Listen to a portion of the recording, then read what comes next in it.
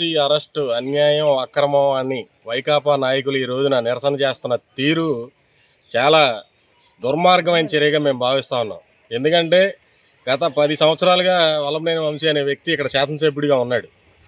First 5 సంవత్సరాలు ఏ విధమైనటువంటి ప్రజాసేవ చేశాడు. తర్వాత 5 సంవత్సరాలు అప్పటి అధికారంలో ఉన్నటువంటి వైకాపాతో కుమ్మక్కై అనైతికంగా తెలుగుదేశం పార్టీ నుంచి వైకాపాలోకి వెళ్ళిపోయిన అతను ఆ రోజున చేసిన అరాచకాలు, అకృత్యాలు ఏ విధంగా ఉన్నాయో ప్రజల మొత్తానికి తెలుసు. కాబట్టే 2024 ఎన్నికల్లో సుస్పష్టమైనటువంటి తీర్పునిచ్చి గన్నవరం చరిత్రలోనే అత్యధిక మెజారిటీతో యార్లగడ్డ వెంకటరావు గారిని ఇక్కడ ఎమ్మెల్యేగా గెలిపించారు ప్రజలు. వీళ్ళు చేసినటువంటి అరాచకాలు, ఇక్కడ తెలుగుదేశం పార్టీ ఆఫీసు మీద దాడి చేయడం, అలాగే మహిళా నాయకురాలను రాళ్లతో కొట్టించడం, దాడులు చేయడం, దొంతు చిన్న గారి ఇంటి మీద దాడులు చేయడం, వాహనాలు తగలబెట్టించడం, అంతేకాకుండా బాధితుల్ని నిందితులుగా చేసి ఆ రోజున అక్రమ కేసులు బనాయించి జైళ్ల పాలు చేసినటువంటి పరిస్థితి. ఇవన్నీ చేసి ఈ రోజున భారీ మెజారిటీతో ఏ రోజైతే యార్లగడ్డ వెంకటరావు గారు ఇక్కడ గెలుపొందారో గంటల సమయంలోనే చట్టా బుట్టా సర్దుకొని ఇక్కడి నుంచి పారిపోయినటువంటి పరిస్థితి ఆ రోజున మనం చూసాం.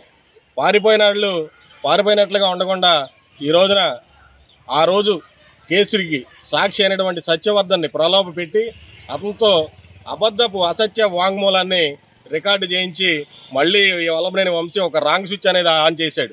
దానికి ప్రారంభంగానే ఈరోజు ఆయన అరెస్టులు జరిగినాయి.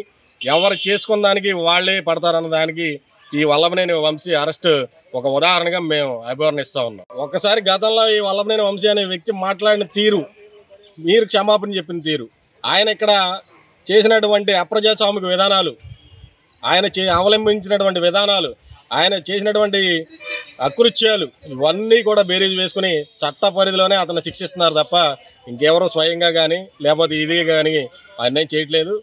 చట్టం తన పని అది చేసుకెళ్ళిపోతుంది. కాబట్టి చట్టం దృష్టిలో అందరూ సమానమే. అధికారంలో ఉందని చెప్పి ఆ రోజున విర్రవీగిన దానికి ఈ రోజున ఈ పరిస్థితి ఎదుర్కొంటున్నారు అని చెప్పి మేము తెలియజేస్తాం.